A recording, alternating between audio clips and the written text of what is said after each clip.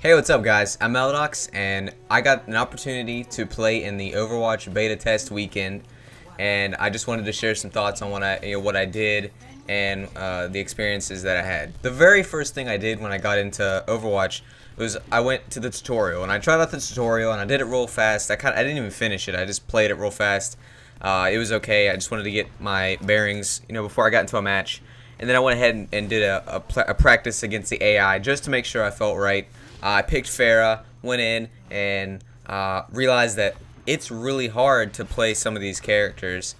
So this is my first match you're watching right here. This is me playing Lucio, and I decided to play Lucio off of a random fact that our team needed support, and I was like, oh, what the heck, I'll play Lucio. All the other ones look kind of boring, so I'll play Lucio. Little did I know, not a whole lot of people want to play support. But which is really odd because I had a great experience playing with support heroes. I had a lot of fun. Like my first match, I thought this was a pretty good match for me. Just starting out, not having any experience other than practice against the AI. And yeah, I've played first-person shooters before. It's what I do. I like them. But I didn't think I would have this much success at first. I thought I was just gonna get completely beat down and do really bad. But I did fine.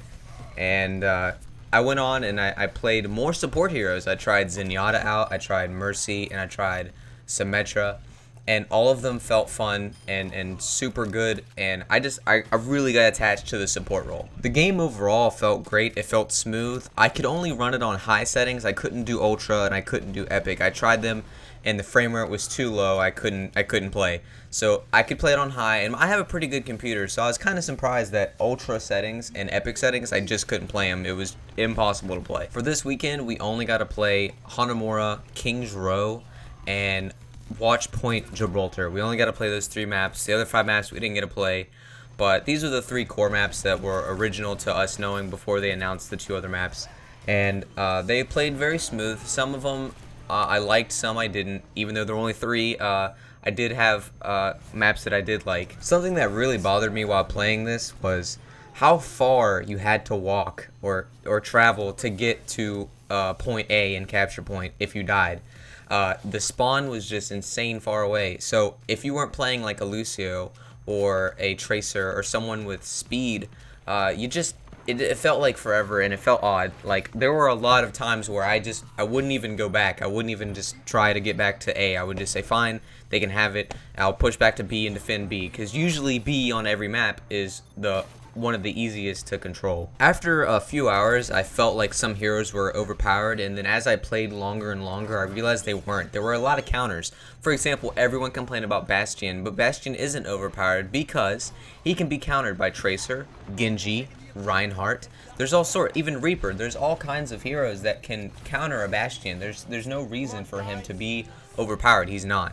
Yeah, he can do a lot of damage, and he does the most, and yeah, they could probably bring it back just a little bit, but in my eyes, he's not overpowered. You can take him out with those 4 heroes easily that I talked about, just by getting behind him or taking a Reinhardt and just smashing him in and pinning him to the wall. You can do that. You can do all those things. One hero that I did realize immediately that actually is overpowered is DVA.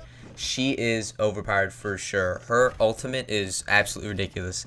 You just dump your suit and it does a giant blast radius that basically kills anyone that it hits.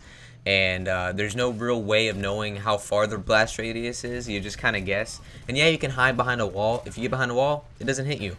But if she can do it time and time again, multiple times in a match, it gets really hard to kill her. And when you kill a DVA, you did so much damage to her, and then she pops out of her suit, and you got to kill her. And I just thought that they should probably maybe half her health when she jumps out the suit, or make the suit harder to get or something. But I thought that hero needs a fix. There were a few bugs that I hit. There were some times where my gun would be gone and I couldn't hear anything, but I could shoot, or just minor bugs where it would glitch and I would show up somewhere else, or the match would just randomly end. That probably had to do with servers, nothing with the game.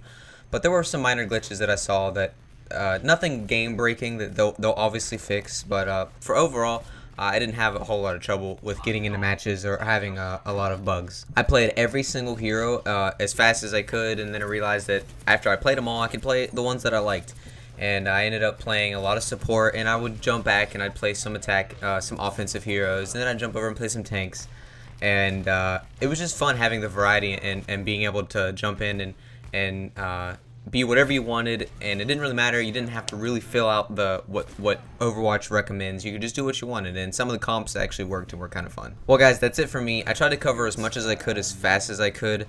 I just wanted to let you guys know about everything that I had experienced while playing the weekend, and I hope that I get to play this game more, maybe get into the closed beta.